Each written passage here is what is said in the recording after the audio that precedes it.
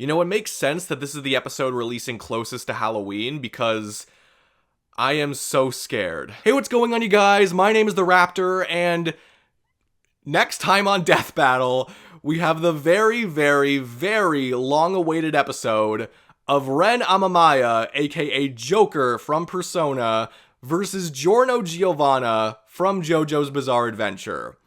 Yeah, this is what we're doing now. To those of you guys who are at the Death Battle 2024 live premiere, I assume that you've already known about this episode happening for a few days now. I just found out today. So I assume you can imagine the mixture of emotions that I am currently feeling. And this is just gonna get hectic, man. Like, I'm not gonna lie, I'm a little worried to make this video. I'm a little worried to leave comments on for this video because literally, no matter what I say, there are gonna be people that are arguing with each other, that are raging, whether to each other or at me. I know a ton of you guys are gonna try to rip me apart, again, literally no matter what I say. So we love seeing that in our Death Battle prediction videos. However, while there are some people who have made their thoughts very clear about not wanting Death Battle to eventually do this episode, I am not one of those people. I am not upset that this is happening, mostly because, and I've talked about this before, I believe Death Battle should make the episodes that they want to make, whether it's because they're passionate about it or because it's popular or whatever, regardless of the toxicity that follows along with it. Because if they were really that worried about community backlash, then there are so many amazing episodes that we have that just never would have gotten made. That's what versus debating is, you know, it's just an unfortunate side effect that we kind of have to deal with. We've encountered the toxicity of this matchup so much already too, that I feel like we kind of already know what to expect.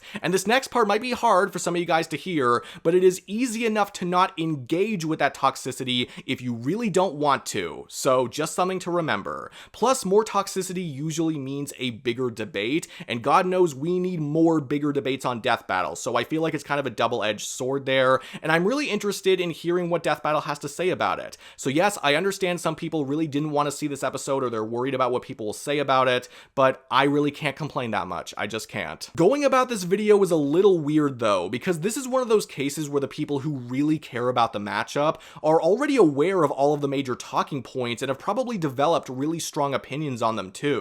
I know a lot of people are just here to see whether or not my prediction is right, i.e. whether or not I agree with them, and because of that, I don't really feel compelled to go over every single thing that these characters bring to the table. Death Battle is going to do that soon enough anyway. But to go over the main issue present here, for anyone who happens to not know, the stat gap here is just enormous, but the extent of one character's abilities is just ridiculous. Joker is comparable to characters that can, say, maintain alternate universes or barriers that separate different planes of existence, and traversing through stopped time or a plane of existence that transcends the concept of time. Those are just a few examples of the ridiculousness that is Persona and where Joker can realistically get to. And I don't care how physically capable you want to say Gold Experience Requiem is as the strongest stand, it is insignificant compared to those levels. That would be the easiest game over ever if it were not for Gold Experience Requiem, or GER for short, and its ability to revert the strength of an attacker's will and actions to 0, as officially described. For all intents and purposes, this is a passive automatic ability. It doesn't matter how traditionally fast or strong you are, any attack you attempt will be undone as if it never even happened. It basically manipulates the effect in cause and effect, and this is where my one singular grievance with this debate comes in, because normally I can respect a simple stats versus hacks matchup, because usually it's just a matter of if the stats are close enough that a certain hacks can be employed effectively in time, or if a hacks can outright counter a certain stat, etc.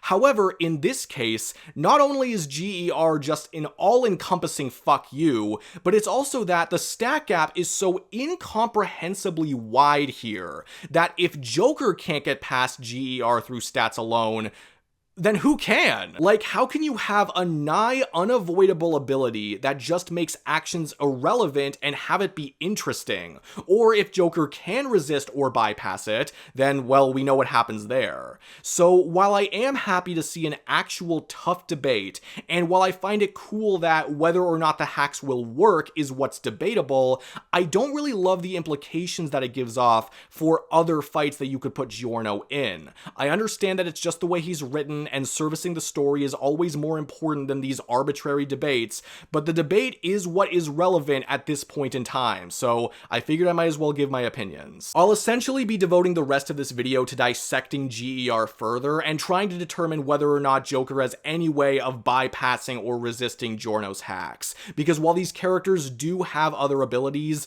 nothing affects the outcome nearly to this degree. So there are some aspects of the Return to Zero ability that are a little vague, but there are also some things we can gather. For one thing, while GER's power is so strong that it appears to affect space and time as a result, that's clearly not what the control is over. Rather, the control is over the individual that the ability is being used on. That might not sound that important, but it is good to learn about the mechanism, or to know about the mechanism of the ability in case tinier details come into play. There's also the infamous infinite death loop, which reverts your death back to zero over and over and over again, kind of similar to Darkseid's Omega Sanction. However, I am like 99% sure that GER needs to actually kill the target in the first place before that takes effect. I know it's officially described as those who are struck by GER's power in general will have their death reverted to zero, but that's the key word, reverted. In order for something to revert to zero, it needs to reach zero on its own in the first place. So while it is interesting, and I'm sure will be discussed, it doesn't really sound like it's going to be something that's going to affect the outcome of the fight, rather what would happen afterwards if Giorno won. But that kind of brings up another point. If Giorno and GER have to physically kill Joker in order to kill him, how exactly are they going to do that? Because as established before, Joker's stats dwarf those held by Giorno or GER. Even if you want to argue that they could age Joker up to death, I don't see them being fast enough to employ that. And forget just overpowering Joker, because that's not happening either. This is kind of frustrating because a lot of people will just look at GER and say that Joker's screwed, but even if that is true, the stat comparison equally screws Giorno because there's no way for him to win either. It's just in a more common way. Consider also that this stat gap is way bigger than the one found in Dio versus Alucard, where Death Battle was comfortable saying that Dio would be able to kill Alucard 3 million times before Alucard could kill him once. So what exactly do you expect from this? Unless you're going with more of a war of attrition angle, but honestly, with stalemates now seeming to be a bit more accepted within Death Battle, I could see them going more that route if that's the way that they're looking at it, to be honest. But we still don't know that's the way things are gonna go. We still have a bit more left to talk about, which brings me to the hardest part of this prediction. I will try my very best to see if I can come up with anything that could allow Joker to get past Return to Zero, and then judge if any of those methods are actually viable. Because of Joker's third eye, which allows him to see normally invisible things, and being able to hurt normally invulnerable beings such as demons, I definitely think he could at least perceive GER. Actually being able to hurt it, I think that's a bit more up for debate, but there is a string you could pull on there. Joker has resisted his cognition being manipulated by Maruki, and he has a passive ability called Unshaken Will, which prevents his will or his mental state from being influenced. And because it's a passive ability and therefore not an action, I do think it could resist part of Return to Zero's effect, although not all of it. The resetting actions part is harder to tell. There are some arguments made for Joker being able to do this, such as some of his persona's almighty attacks being able to one-shot reality warpers far beyond GER, or one of his personas in particular, Satanael, potentially being capable of even crazier things. And if Death Battle is willing to simplify things, and put all of GER's powers under a reality warping umbrella, then yes, I could see this working out for Joker. My personal issue with this, though, is that GER does not directly affect reality or time or anything like that as we discussed before. It affects the individual directly, and reality kind of just has to follow suit. Thus, I think the better stuff to look at is what Joker himself is capable of resisting, or at least if he's countered something more or similar to Return to Zero. The closest thing to it that I can find Joker bypassing is the Omnipotent Orb, as it can also nullify attacks, although whether or not this is causality based is kind of anyone's guess. However, I do think it's also important to look at Joker's existence as a trickster and what that means in his own world, especially in regards to fate. Essentially, nothing is predetermined for Joker. Even if his fate is read and said aloud, it doesn't matter, and Joker can achieve a different outcome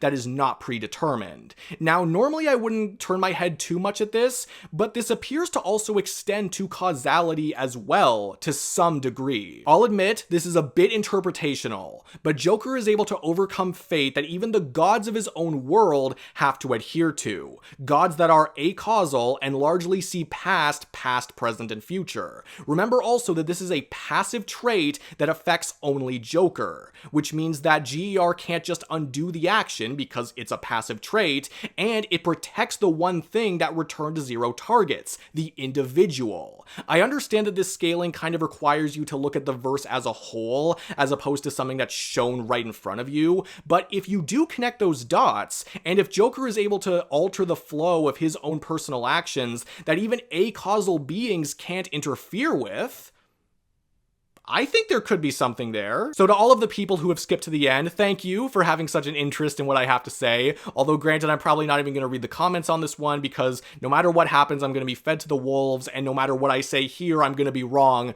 somehow. But if you really just want an answer from me, then the way I see it, GER has an absolutely broken power, but can't use it to actually kill Joker. And with all of the crazy stuff that Joker has done, like resisting and bypassing high levels of reality warping, overcoming attack nullification from the Omnipotent Orb, and passively being able to maintain his will and defying fate as it's described in Persona, then I just have to believe that at least one or a combination of these angles will be seen by Death Battle as enough for Joker to be able to power through GER. I'm not going to pretend that I've deduced the infallible counter that Joker has to GER's abilities, but I still feel like I can more realistically argue in that direction than trying to say Giorno wins because Return to Zero and not actually come up with a definitive win con for him. Because again, any ability that Giorno or GER have that could actually hurt Joker, I just don't see them being fast enough to employ. Either that or Joker has something similar in his own arsenal. I understand this is far from the only way that Death Battle could rule this, but I gotta go with something. It's a Death Battle prediction video, whether you like it or not. So for the time being, I am gonna say Joker. And if I'm wrong, then I'm wrong. If you disagree, then you disagree. It's not the end of the world. I hope those that do happen to disagree can do so civilly, but if you really must scream into the abyss, then so be it. I hope we all enjoy the episode anyway. Like, comment, and subscribe if you want to see more stuff like this from me. But either way, I hope you have a great day, and I will see you in the next one. Thanks for watching, and peace out.